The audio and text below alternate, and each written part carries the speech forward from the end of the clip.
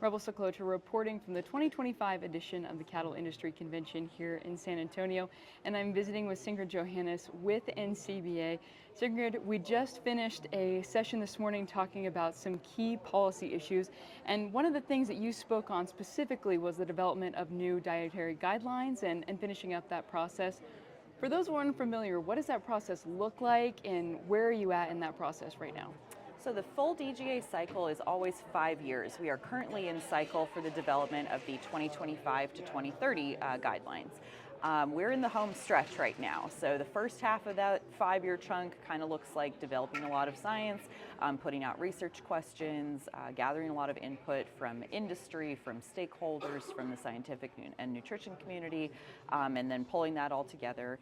And then they put together what's called an advisory committee. And this is a group of scientists and nutritionists who are supposed to consider all of that science in the most unbiased way possible, and then they produce a report that's full of recommendations, and that report then goes to USDA and HHS, and the staff at those two agencies are ultimately responsible for writing the guidelines themselves that will go on to impact school lunch programs, federal nutrition policy, research that we do, things like that. So they are impactful. It's a little bit of a slog to keep track of over the years, but we are in the most active home stretch now, where over the course of 2025, we got that scientific report on December 10th. There's a lot in there that concerns us, and so we now have about a calendar year to make sure that the most harmful recommendations in that report do not get solidified in the final DGAs. So you alluded to some of those concerns as an advocate for the beef industry. What are those, and what were the recommendations that you're fighting back against?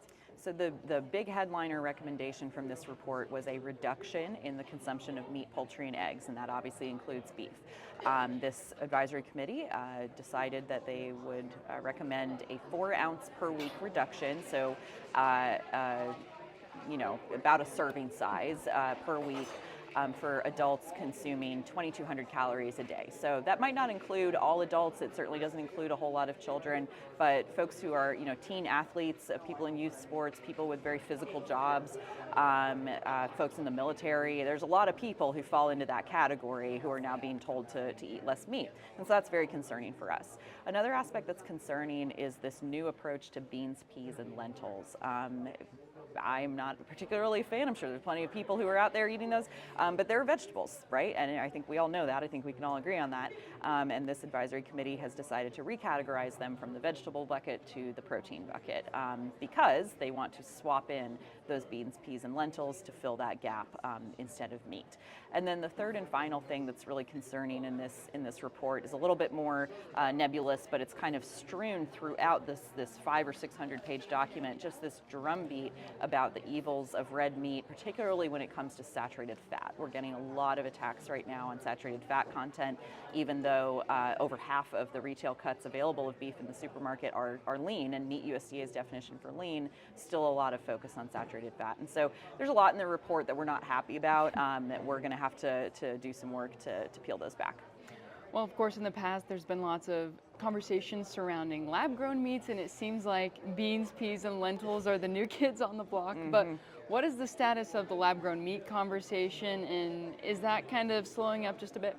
That's a great point, Rebel. It is kind of Groundhog Day. If you were there for the birth of the plant-based alternatives and then the birth of the fake meat, it's like beans, peas, and lentils is the new thing. But we're kind of at an interesting inflection point when it comes to fake meat, lab-grown meat specifically, where they've got tons of money. I mean, billions of dollars of investment from private investors to try and get these companies off the ground and get them to commercial scale. And what we're seeing is the market is acting on those companies, and in the last year we've had 3 go out of business. There just is not a consumer base for this product. People are not interested in eating it, and they can't get Americans to change their minds, and show interest there. So I would say we're pretty encouraged by where we're at on the private side, where we're seeing the market work the way it's supposed to. There's no demand for this product, and so eventually they're not going to be able to sustain themselves that much longer. But what we need now, and where we're focusing our work, is we need the regulatory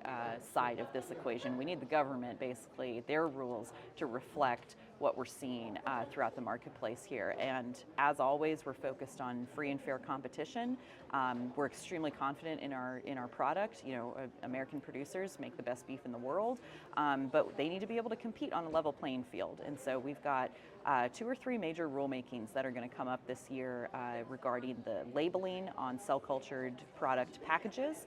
There's also a rule coming up for plant-based packages, and so we are remaining sort of keyed in on that really fine detail, like can you include a picture of a cow or not? Can you say slaughter-free beef? Are you allowed to use that kind of language? How big is the font? Are you hiding things in the fine print? All of those little details affect the choices and the clarity that consumers have when they're at the grocery store. And so we want to make sure that all of those products say exactly what they are, and then we'll leave it up to folks to decide. And honestly, we're pretty confident they're still going to choose beef. Certainly. Well, as we are visiting here in San Antonio, pretty much in real time, RFK Jr. was advanced to pursue the nomination as health secretary. Mm-hmm. What kind of concerns or opportunities do you see with this process moving forward? There are quite a few concerns. I would say I am concerned by some of the past comments that he's made regarding production practices. I think there's, you know, a big core tenet of the MAHA movement that he's come to lead here is being very critical and very hostile towards some pretty standard production practices that we use in commercial ag and commodity ag in the United States to have the incredibly high productivity and the incredibly high quality that we have. Things like pesticides, things like growth hormones, antibiotics, all of those little interventions are things that he's pretty hostile towards. So I would say we've got our work cut out for us in terms of protecting all the tools on the table. We obviously don't tell people how to raise their cattle. They know how to do that better than anybody in Washington, D.C. does. But we want you to have access to all of the options that you might want when it comes to those interventions that you use to raise your cattle in the best manner possible.